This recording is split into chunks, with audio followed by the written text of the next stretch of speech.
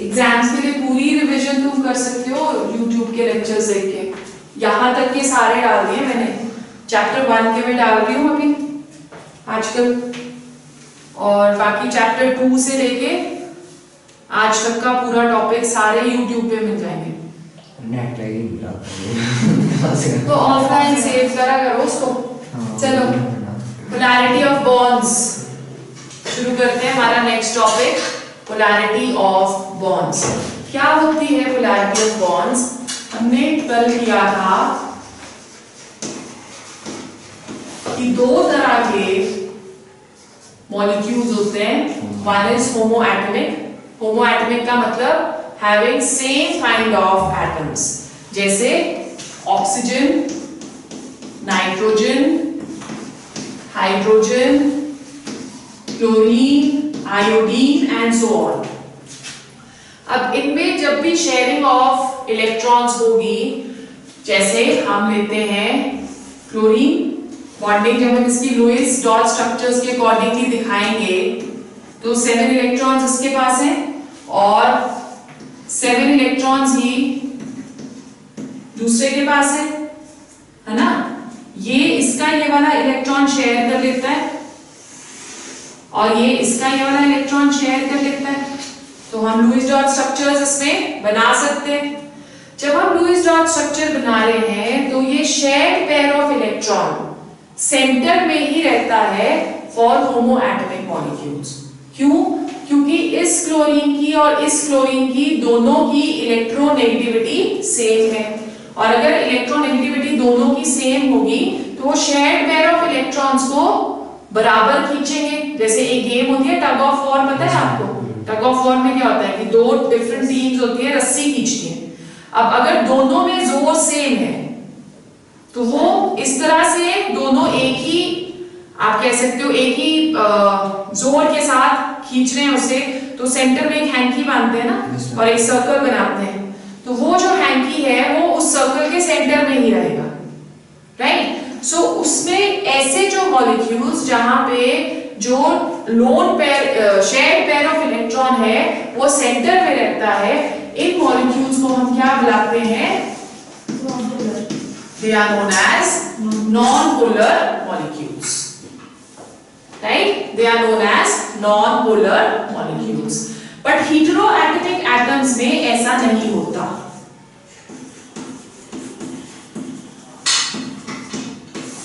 जो heteroatomic molecules होते हैं, जैसे हम एग्जाम्पल ले लेते हैं HCl का, right? Again Lewis dot structures जब ड्रॉ करेंगे इसके, तो ये आ गया हाइड्रोजन, इसका एक इलेक्ट्रॉन शेयर कर लेता है, क्लोरीन इसके इलेक्ट्रॉन शेयर कर लेता है, ठीक है। अब यहां पे जो शेयर्ड पेयर ऑफ इलेक्ट्रॉन है वो ज्यादा अट्रैक्ट होगा towards chlorine. Why? Because chlorine is more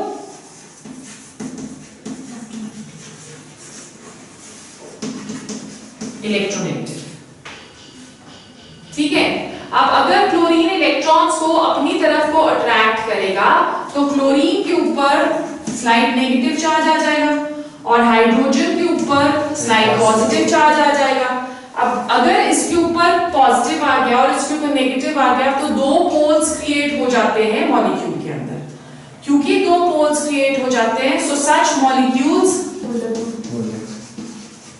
they are known as polar molecules।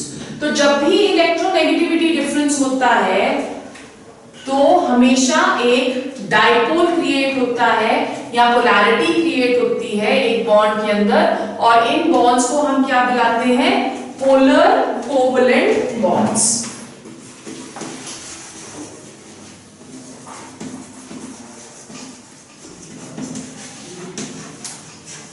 They are known as polar covalent bonds, ठीक है। अब हमने किया था कि जो हम पोलैरिटी मेजर करते हैं उसे हम मेजर करते हैं in terms of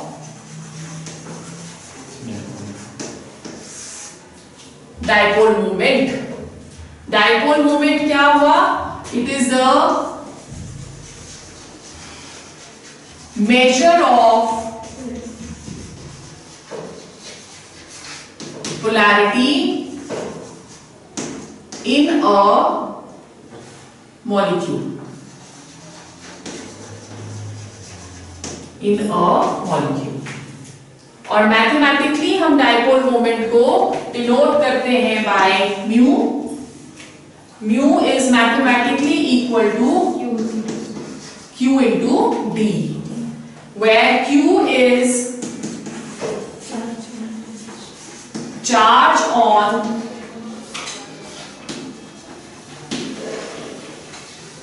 any molecule या any atom लिखो, molecule की बजाय charge on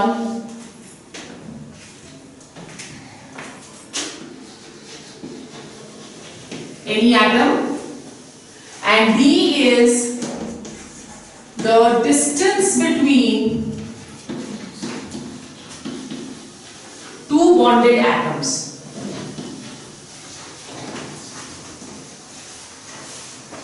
Distance between two bonded atoms. ठीक है? So mu अगर 0 आता है, अगर हम इसको मैथमेटिकली कैलकुलेट करें और म्यू की वैल्यू अगर 0 आती है तो it signifies a non polar molecule. If the value of mu is 0, it signifies a non polar molecule. और अगर म्यू की वैल्यू नॉन 0 आती है या आप ग्रेटर देन 0 लिख लो, ग्रेटर देन 0 आएगी, it is a polar molecule. जितनी ज्यादा वैल्यू म्यू की आएगी उतनी ही मॉलिक्यूल में पोलैरिटी ज्यादा है. ठीक है? जितनी ज्यादा म्यू की वैल्यू उतनी ही ज्यादा पोलैरिटी. अब जब हम पोलर मॉलिक्यूल कर रहे हैं और म्यू कर रहे हैं तो हम बोलते हैं कि यूनिट जो डाइपोल मोमेंट का है दैट इज ये बी. ठीक है? And it is denoted by capital D, and 1 dB की जो वैल्यू होती है that is 1 into 10 raised to power minus 18 ESU. ESU is electrostatic unit. 1 into 10 raised to power minus 18 electrostatic unit. ठीक है? समझ आ गया? अब यहाँ पे जितने भी हमने एग्जांपल्स करे नॉन पोलर और पोलर के, वो सारे डाईएटॉमिक मॉलिक्यूल्स हैं, है ना? डाईएटॉमिक मींस 2 एटम्स. सो ऑक्सीजन में भी 2, नाइट्रोजन में भी 2, हाइड्रोजन में भी, क्लोरीन में भी, आयोडीन में भी. उसी तरह से HCl में भी 2. सो हम डाइपोल मोमेंट जब कैलकुलेट करेंगे तो हम डाइपोल मोमेंट डाईएटॉमिक का भी करेंगे, ट्राई का भी करेंगे, टेट्रा का भी करेंगे और पॉलीएटॉमिक का भी करेंगे. जो डाइपोल मोमेंट होता है वो एक किसी भी मॉलिक्यूल के स्ट्रक्चर के बारे में हमें बताता है. ठीक है? ये इसकी सबसे बड़ी सिग्निफिकेंस है कि डाइपोल मोमेंट क्या बताएगा? हमें स्ट्रक्चर के बारे में बताएगा. सो लेट्स सी दोनों के बीच में क्या रिलेशन है.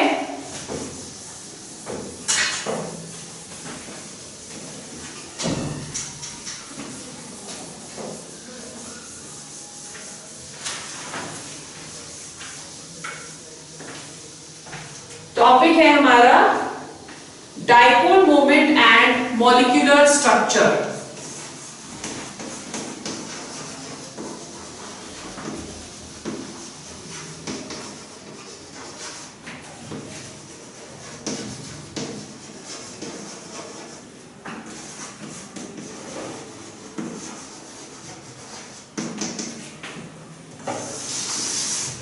Dipole moment and molecular structure. सबसे पहले हम लोग कंसिडर करेंगे डाईएटॉमिक मॉलिक्यूल्स, जिसका हम ऑलरेडी एग्जांपल ले चुके हैं. इसका स्ट्रक्चर जनरली लीनियर होता है. लीनियर का मतलब क्या हुआ? In one single line. इसका जो स्ट्रक्चर है वो जनरली लीनियर होगा। जैसे हम ऑलरेडी एग्जांपल ले चुके हैं HCl का। Dipole moment of HCl is 1.07 debye. ठीक है, सो मोर देन 0 हो गया, इसका मतलब HCl क्या होगा, it is going to be polar. ठीक है, फ्लोरीन सबसे ज्यादा इलेक्ट्रोनेगेटिव है। हमने जो पॉलिंग स्केल और मोलिकन स्केल किया था तो उसमें हमने बोला था कि जो पॉलिंग था उसने फ्लोरीन को 4 वैल्यू दी थी। 4 मींस हाईएस्ट इलेक्ट्रोनेगेटिविटी। तो इसलिए जब हाइड्रोजन और फ्लोरीन के बीच में बॉन्ड बनेगा, this is going to be most polar in case of diatomic molecule. और इसका जो डाइपोल मोमेंट होता है that is 1.78 debye, greater than HCl। जैसे जैसे इलेक्ट्रोनेगेटिविटी कम होती रहेगी वैसे वैसे हम देखेंगे कि डाइपोल मोमेंट की वैल्यू भी कम होती रहेगी। फ्लोरीन सबसे ज्यादा इलेक्ट्रोनेगेटिव, उससे कम फ्लोरीन। फ्लोरीन की म्यू की वैल्यू कितनी आई है 1.78 और उसकी कितनी आई है 1.07। अब इससे जो कम होता है that is bromine. Bromine is less electronegative, so the value of dipole moment also decreases to 0.79 degree, right? और iodine सबसे कम इलेक्ट्रोनेगेटिव, तो इसकी जो डाइपोल मोमेंट की वैल्यू आ जाती है दैट इज 0.38 degree। तो सबसे पोलर कौन सा हुआ HF, उससे कम पोलर HCl, उससे कम पोलर HBr और सबसे कम पोलर HF। इलेक्ट्रोनेगेटिविटी भी इसी तरह से है, सबसे ज्यादा इलेक्ट्रोनेगेटिव फ्लोरीन, फिर उससे कम क्लोरीन, उससे कम ब्रोमीन और सबसे कम आयोडीन। ठीक है, सो डायएटॉमिक मॉलिक्यूल्स का जनरली डिपेंड करता है on what, on the negativity difference. Second,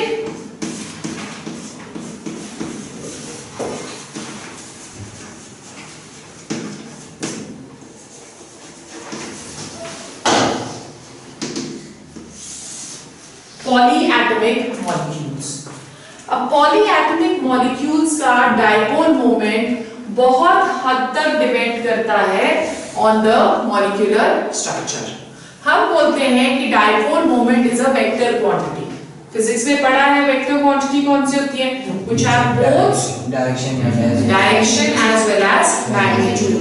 तो हम इसमें क्या करेंगे, हम लोग वेक्टर्स को ऐड करते हैं। ठीक है, इस सारे में हम देखेंगे कि हम वेक्टर्स को ऐड कर रहे हैं। लेट्स टेक सबसे पहले एक simple example, carbon dioxide. Carbon dioxide. It is seen that the molecule of carbon dioxide is linear and it has a dipole moment of 0. ठीक है, क्योंकि इसका डाइपोल मोमेंट कैलकुलेट करके 0 आ रहा है, इसलिए हम बोलते हैं कि इसका मॉलिक्यूलर स्ट्रक्चर लीनियर ही हो सकता है। तो कार्बन सेंटर में आ गया, एक ऑक्सीजन इस साइड, दूसरा ऑक्सीजन दूसरी साइड। ऑक्सीजन कार्बन से ज्यादा इलेक्ट्रोनेगेटिव है, इसलिए ये इलेक्ट्रॉन्स को अपनी तरफ को पुल करेगा। So dipole moment, direction and magnitude both. So direction हम शो करते हैं with the help of this arrow कि ऑक्सीजन अट्रैक्ट कर रहा है शेयर्ड पेयर ऑफ इलेक्ट्रॉन्स को। उसी तरह से यहां पे भी both have the same magnitude but opposite directions. So अगर ऑपोजिट डायरेक्शंस होंगी तो वेक्टर्स माइनस हो गए, so therefore your mu will become equal to 0।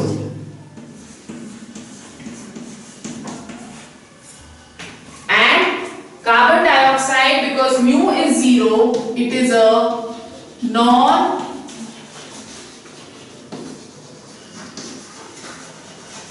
polar molecule। ठीक है, क्योंकि value of mu is 0, therefore it is a non polar molecule. Second, water. Water का जो डायपोल मोमेंट है that is calculated as 1.85 debye.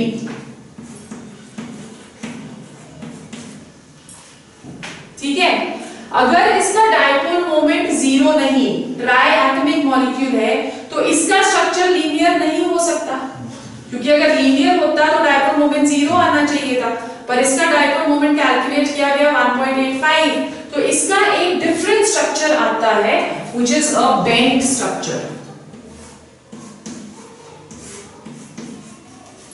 ठीक है, oxygen ज्यादा electronegative,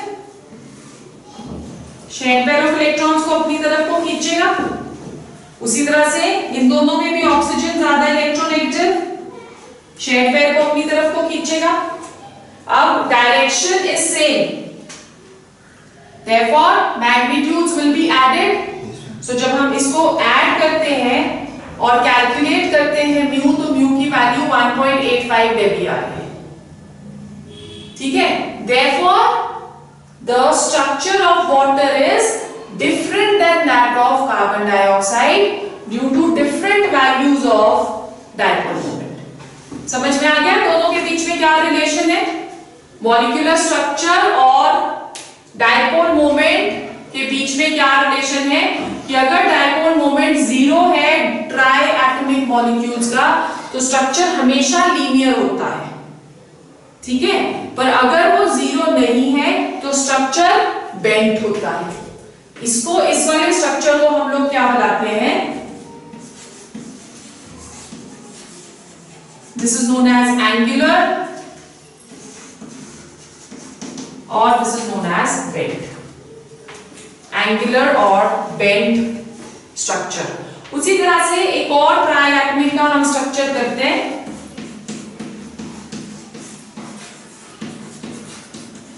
beryllium fluoride BeF2। जब इसका डायपोल मोमेंट कैलकुलेट किया गया, म्यू बिकेम इक्वल टू 0, सो क्या स्ट्रक्चर होगा इसका? लीनियर। ठीक है, वेरी गुड। सो और molecule is going to be polar और नॉन पोलर? Non polar. अगर म्यू 0 है तो नॉन पोलर, और वाटर पोलर है कि नॉन पोलर है? Polar. So you understood this? ठीक है, दिस इज ट्राई एटॉमिक। उसके बाद हम पॉली एटॉमिक में नेक्स्ट पे चलते हैं which is tetra atomic now.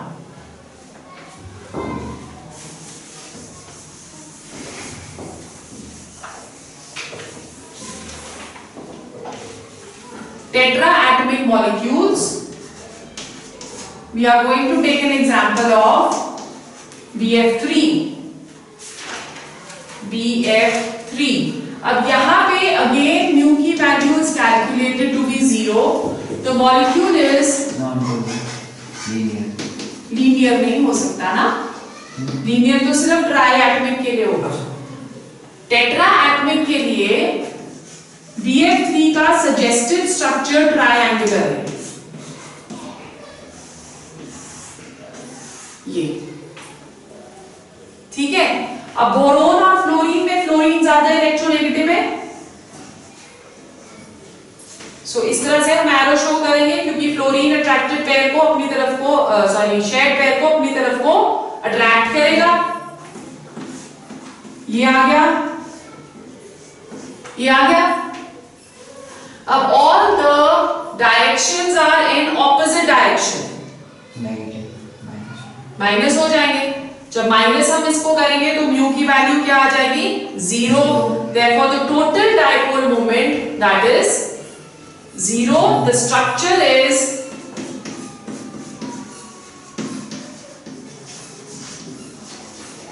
triangle।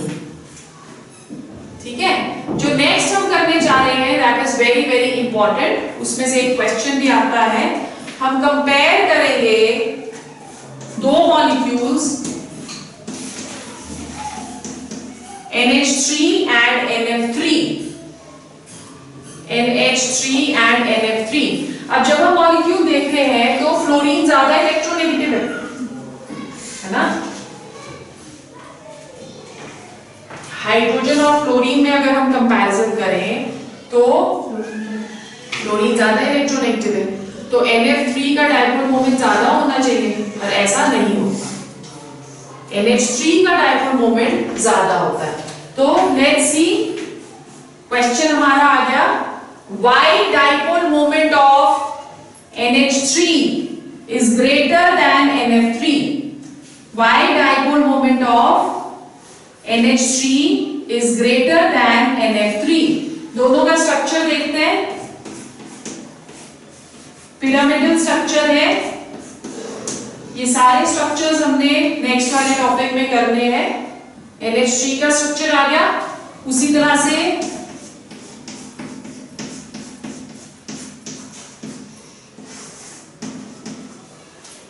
NF3 का स्ट्रक्चर आ गया, ठीक है।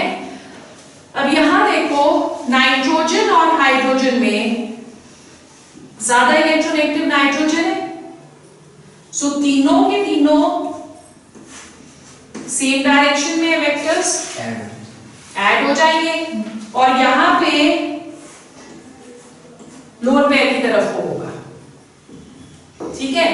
Whereas they all are in the same direction, whereas सिर्फ ये लोअर पेयर वाला ऑपोजिट डायरेक्शन में, पर ये तीनों एक ही डायरेक्शन में।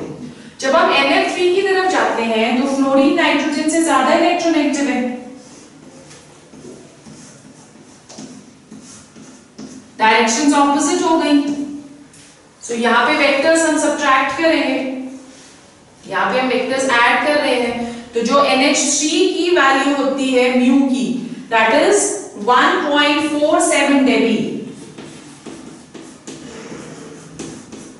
47 डेबी, और जो NF3 की है that is only 0.24 debye, that is only 0.24 debye. तो अगर हमें क्वेश्चन आ जाए कि why ammonia has more dipole moment than NF3 although fluorine is more electronegative, although fluorine is more electronegative as compared to hydrogen, तो answer हमने क्या लिखना है, it is due to structure of ammonia and NF3, it is due to structure of ammonia and NF3. In case of ammonia,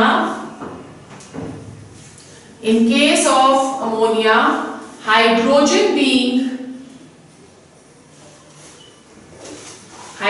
being less electronegative, all the electrons are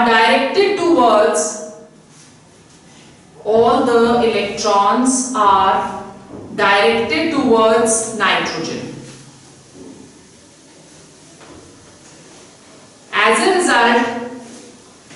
As a result, the vectors are added. As a result, the vectors are added. In case of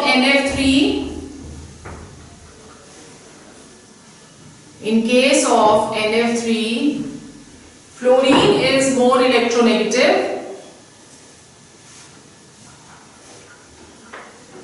Fluorine is more electronegative than nitrogen. So the electrons are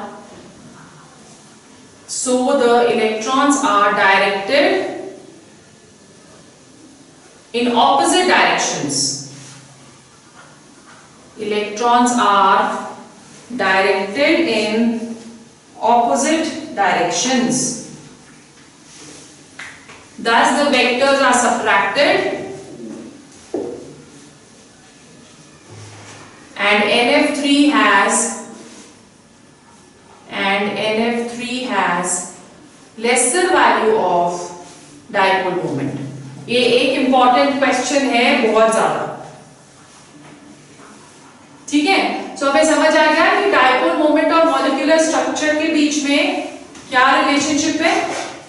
NF3 has laser dipole moment, इसका 1.47, इसका 0.24, right. अब क्यों हम पढ़ते हैं dipole moment? एक तो हमें एप्लीकेशन इसकी ऑलरेडी कर दी। Let's go on to other applications of dipole moment.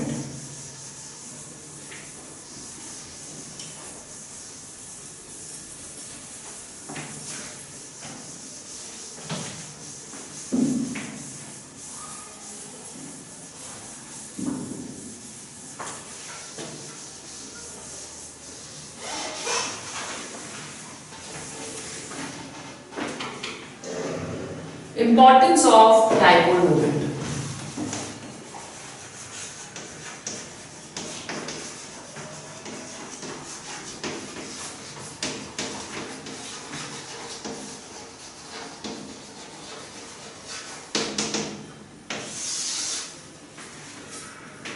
Importance of dipole moment. सबसे पहले ऑलरेडी हम एक एप्लीकेशन कर चुके हैं। It gives distinction between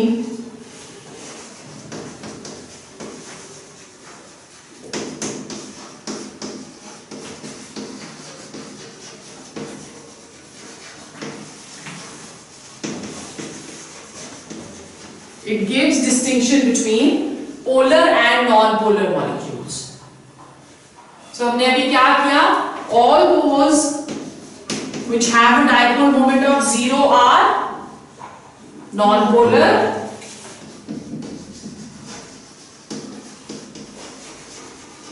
and all those having dipole greater than 0 are polar. ठीक है। सो ये एक इसका बहुत बड़ा एप्लीकेशन है। Second, it gives us degree of polarity in a molecule.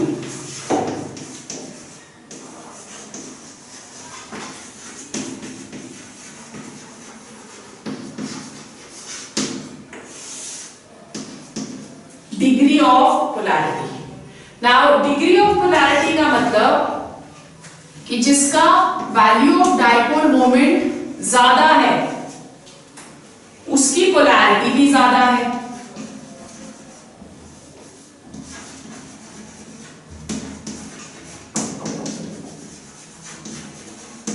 ठीक है, जिसका डाइपोल मोमेंट ज्यादा हुआ उसकी पोलैरिटी भी ज्यादा हुई, और जिसका डाइपोल मोमेंट कम हुआ उसकी पोलैरिटी भी कम होगी। जैसे हमने एक एग्जांपल किया था अभी कि NH3 की जो डाइपोल मोमेंट है दैट इज 1.47 और NF3 की जो डाइपोल मोमेंट है that is 0.24। So NH3 is more polar than NF3। ठीक है। Third application, it gives us the shapes of molecules। ये भी अभी हमने एक्सप्लेन कर दिया कि अगर हम ट्राई एटमिक ले रहे हैं तो ट्राई एटमिक में जिनका भी डाइपोल मोमेंट 0 होगा उनकी सबकी लीनियर शेप है। जैसे हमने BeF2 किया, हमने कार्बन डाइऑक्साइड किया। जिनका भी डाइपोल मोमेंट मोर देन 0 है उनकी बेंड शेप है। जैसे वाटर हो गया, sulphur dioxide also is another example. ठीक है। और ट्रायंगुलर शेप किसकी है? टेट्रा एटमिक मॉलिक्यूल्स की, जिसका again dipole moment that is equal to 0। ठीक है। नाउ एक और बहुत ही इंपॉर्टेंट इसका एप्लीकेशन है, it gives us the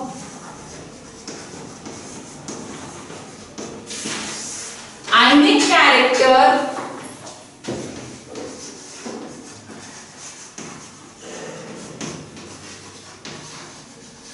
in a covalent bond। ionic character in a covalent bond। हम क्या बोलते हैं? हम ये बोलते हैं कि हर एक आयनिक बॉन्ड में थोड़ा सा कोवेलेंट कैरेक्टर होता है उसी तरह से हर एक कोवलेंट बॉन्ड में थोड़ा सा आयनिक कैरेक्टर होता है। तो जब हमने HCl का एग्जांपल लिया था, HCl में वैसे कोवलेंट बॉन्ड है पर उसमें पार्शियल नेगेटिव और पॉजिटिव चार्जेस आ जाते हैं। उस पॉजिटिव और नेगेटिव चार्जेस के वजह से उस HCl कोवलेंट बॉन्ड में या कोवलेंट मॉलिक्यूल में आयनिक कैरेक्टर भी आ जाता है। वो जो आयनिक कैरेक्टर है वो किस वजह से? Because of difference in electronegativities. यही हमने पढ़ा है अभी, है ना? क्योंकि इलेक्ट्रोनेगेटिविटी में डिफरेंस होता है तो शेयर्ड पेयर ऑफ इलेक्ट्रॉन्स ज्यादा इलेक्ट्रोनेगेटिव एलिमेंट की तरफ को अट्रैक्ट होते हैं, उसके ऊपर स्लाइड नेगेटिव चार्ज आ जाएगा और दूसरे के ऊपर स्लाइड पॉजिटिव चार्ज आ जाएगा। अब इस इलेक्ट्रोनेगेटिव वैल्यू का एक स्केल है या एक मेजर हम लिख लेते हैं, ठीक है? जैसे हम बोल रहे हैं कि अगर इलेक्ट्रोनेगेटिविटी डिफरेंस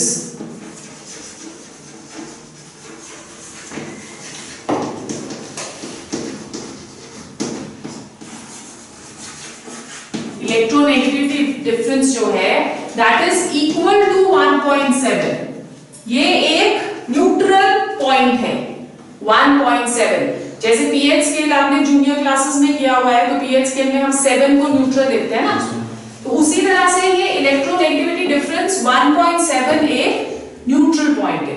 तो अगर इलेक्ट्रोनेगेटिविटी डिफरेंस 1.7 है दोनों एटम्स के बीच में, तो कंपाउंड 50% कोवलेंट होता है और 50% आयनिक होता है, ठीक है? अगर इलेक्ट्रोनेगेटिविटी डिफरेंस 1.7 है तो वो 50% कोवलेंट है और 50% आयनिक है। अगर इलेक्ट्रोनेगेटिविटी डिफरेंस ग्रेटर देन 1.7 है तो इट इज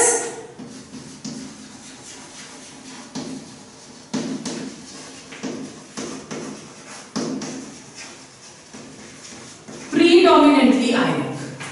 अगर इलेक्ट्रोनेगेटिविटी डिफरेंस 1.7 से ज्यादा है तो then it is predominantly ionic, and if the difference is less than 1.7 then it is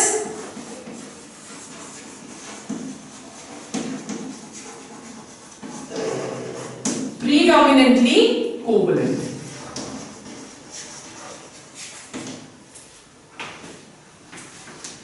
Right? Then it is predominantly covalent. अब हम आयनिक character, percentage of ionic character किस तरह से कैलकुलेट करते हैं?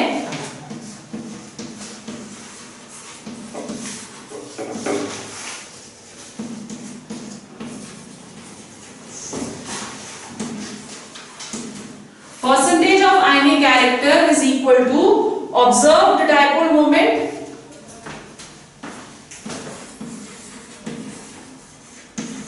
upon calculated dipole moment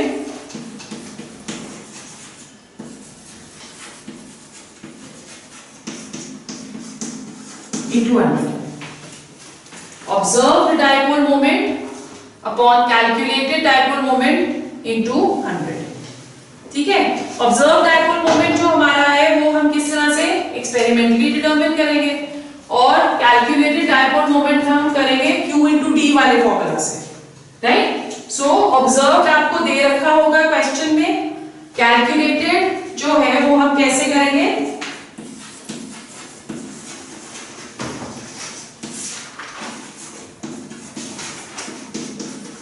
जैसे हमने पहले लिखा था Q into D।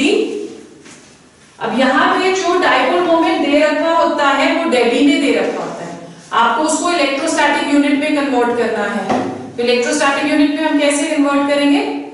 1 debye is equal to 1 into 10 raised to power -18 electrostatic unit.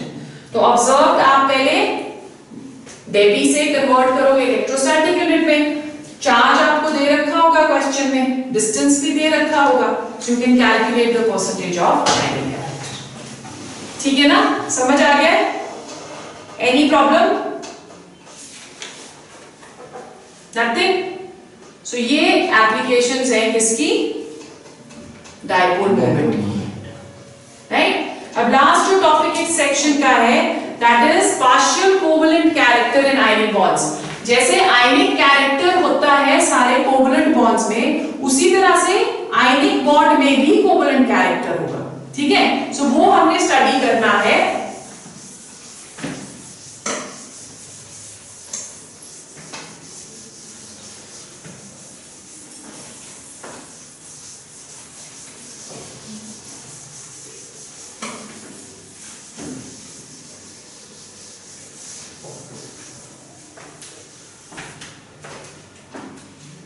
So next topic, partial covalent character.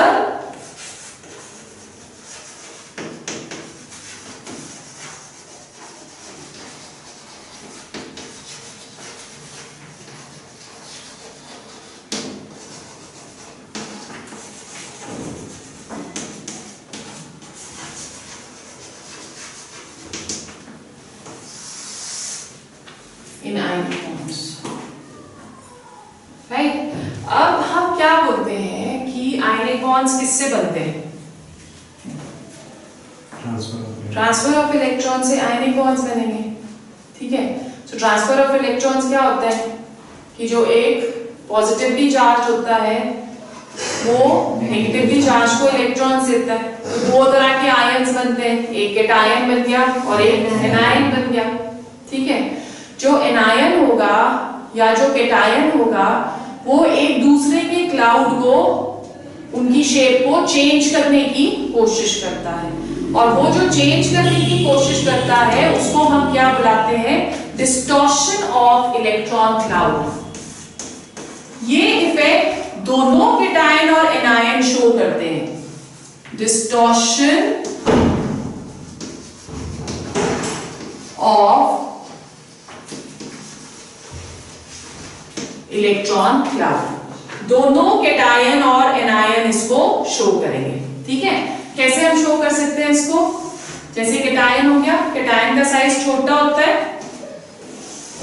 Anion हो गया, एनायन का साइज बड़ा होता है, राइट। अब होगा क्या कि ये नेगेटिवली चार्ज है, ये पॉजिटिवली चार्ज है, तो ये नेगेटिवली चार्ज इसको अपनी तरफ को अट्रैक्ट करेगा ना, तो इसकी शेप चेंज हो जाएगी।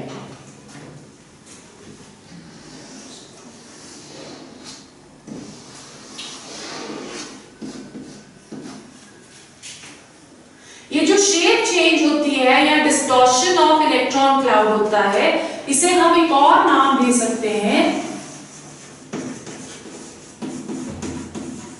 पोलराइजेशन। पोलराइजेशन क्या होता है? Polarisation distortion of electron cloud, distortion of electron cloud of the negative ion, of the negative ion by the positive ion. Negative ion by the positive ion is polarization. Right? अब कितनी polarization होती है और कितना covalent character होता है, उसके लिए एक साइंटिस्ट था Fazan. Fajan's rules of polarization. Fajan ने साइज डिफरेंस और चार्ज डिफरेंस के बेसिस पे अपने कुछ रूल्स बनाए, जिसके अकॉर्डिंगली जितनी ज्यादा पोलराइजेशन उतना ज्यादा कोवलेंट कैरेक्टर, ठीक है। जितनी ज्यादा पोलराइजेशन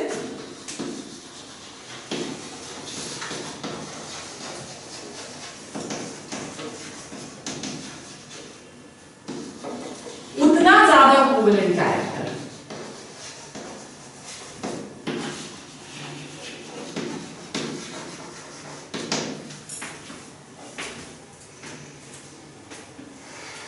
क्लियर? तो फजान रूल क्या बोल रहे हैं? First,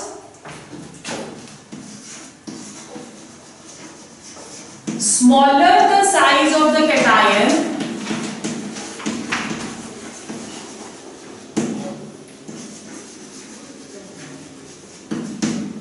Smaller the size of the cation, more is the polarization.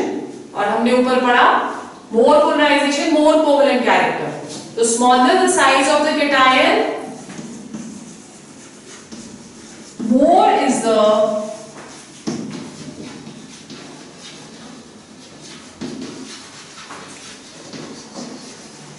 covalent character. इसको हम लोग इलस्ट्रेट करते हैं एल्कली मेटल्स के हैलाइड्स लेते हैं. हम ले रहे हैं लिथियम क्लोराइड,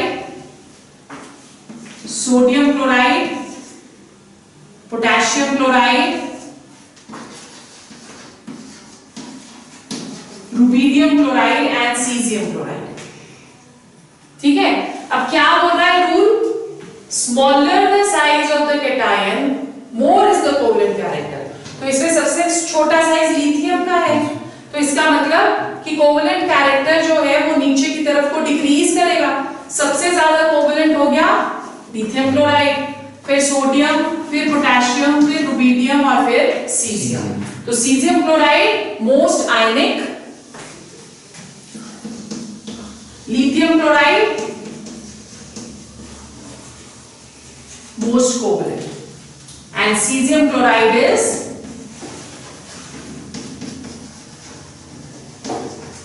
most ionic. समझ आ गया हमें first rule? Smaller the size of the cation, more is the covalent character. Second, larger the size of the anion,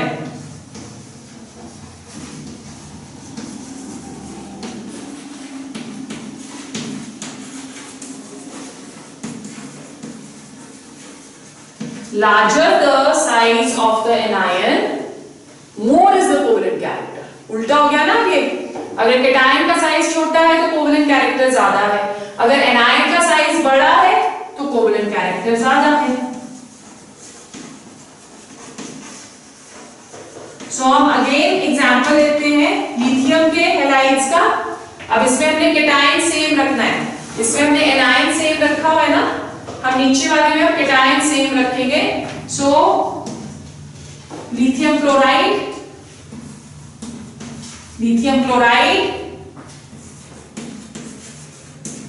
lithium bromide and lithium iodide. More the size of the anion, more is the covalent character. Iodine का size सबसे बड़ा है,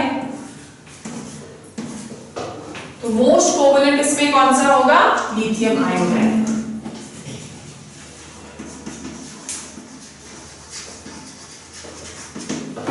most covalent.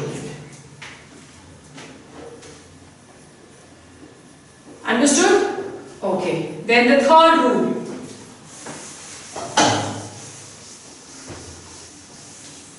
More the charge, more is the covalent character. अब ये चाहे cation के ऊपर हो चाहे एनायन के ऊपर हो.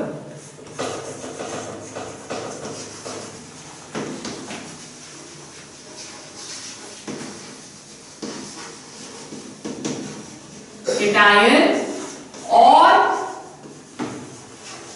anion,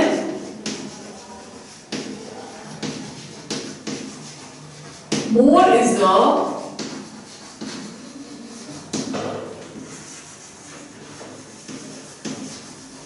covalent character. ठीक है. more the charge of the cation or anion, more is the covalent character. तो अगर हम लोग लें NaCl और हम ले कैल्शियम क्लोराइड, है ना, और एक और ले लेते हैं एल्यूमिनियम क्लोराइड. सोडियम के ऊपर 1 पॉजिटिव चार्ज है, कैल्शियम के ऊपर 2 पॉजिटिव चार्ज है और एल्यूमिनियम के ऊपर 3 पॉजिटिव चार्ज है. सो सबसे ज्यादा कोवलेंट कौन सा हो जाएगा? Aluminium chloride. According to the rule, aluminium chloride is going to be most covalent. Last rule, electronic configuration of the cation.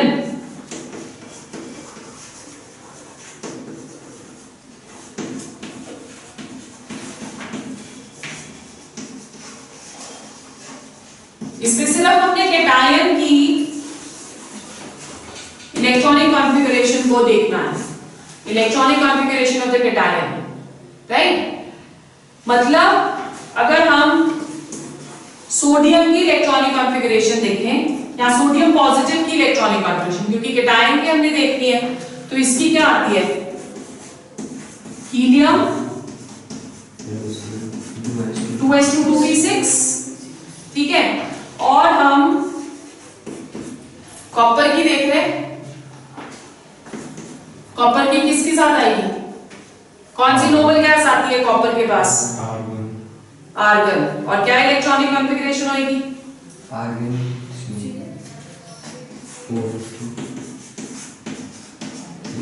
3s2 3p6, 4s से एक इलेक्ट्रॉन निकल गया,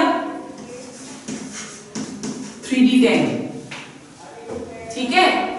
इसके पास वैलेंस शेल में कितने इलेक्ट्रॉन्स हैं, 6 and 2 8, और इसके पास वैलेंस शेल में कितने हैं, 16 and 2 18। तो जिसके पास 18 इलेक्ट्रॉन्स होंगे आउटर मोस्ट में, वो ज्यादा कोवलेंट होगा।